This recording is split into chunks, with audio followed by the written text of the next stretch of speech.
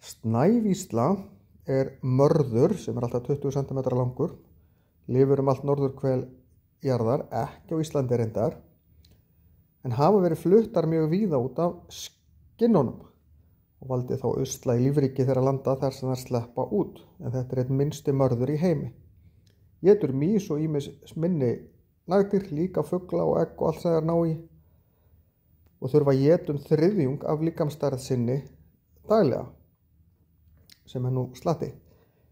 Karldýrin aðeins stærri en kvendýrin og gera sér nokkur bæli sem þær fóðra með grasi og skinnum af dýrum sem þær hafa étið.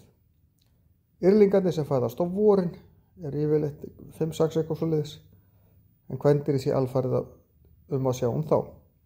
Á Íslandi mörður sem skyldur snævíslu, en það minkurinn, og hann étur svipaða hluti og var fluttur hingað til þess út af skinnunum og hefur eins og snævíslan valdið miklum usla í íslenskri náttúru.